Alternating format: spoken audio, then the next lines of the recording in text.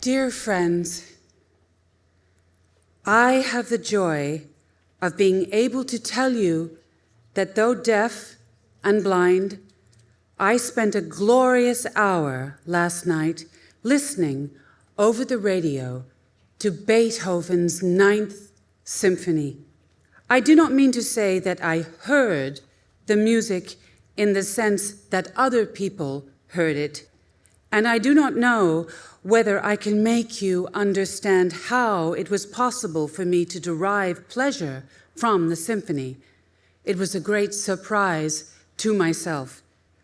I had been reading in my magazine for the blind of the happiness that the radio was bringing to the sightless everywhere. I was delighted to know that the blind had gained a new source of enjoyment, but I did not dream that I could have any part in their joy. Last night, when the family was listening to your wonderful rendering of the Immortal Symphony, someone suggested that I put my hand on the receiver and see if I could get any of the vibrations. He unscrewed the cap, and I lightly touched the sensitive diaphragm. What was my amazement to discover that I could feel not only the vibrations, but also the impassioned rhythm, the throb, and the urge of the music. The intertwined and intermingling vibrations from the different instruments enchanted me. I could actually distinguish the cornets, the rolls of the drums, the deep-toned violas and violins singing in exquisite unison. How the lovely speech of the violins flowed and plowed over the deepest tones of the other instruments. When the human voice leapt up, trilling from the surge of harmony, I recognized them instantly as voices. I felt the chorus grow more exultant, more ecstatic, upcurving swift and flame-like, until my heart almost stood still. And the women's voices seemed an embodiment of all the angelic voices, rushing in a harmonious flood of beautiful, inspiring sound. The great chorus throbbed against my fingers with a poignant pause and flow. Then all of the instruments and voices together burst forth, an ocean of heavenly vibration, and died away like winds when the atom is spent, ending in a delicate shower of sweet notes.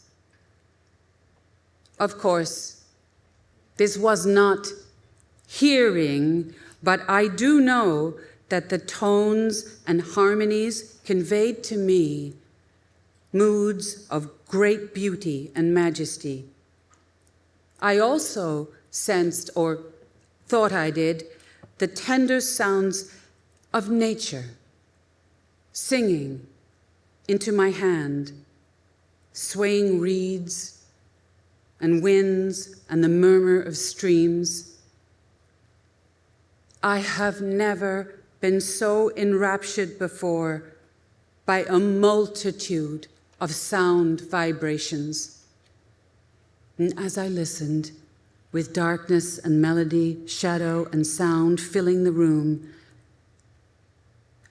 I could not help remembering that the great composer who poured forth such a flood of sweetness into the world was deaf, like myself.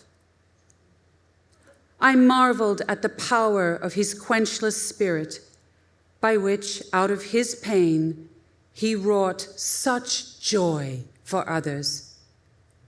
And there I sat, feeling with my hand the magnificent symphony which broke like a sea upon the silent shores of his soul and mine.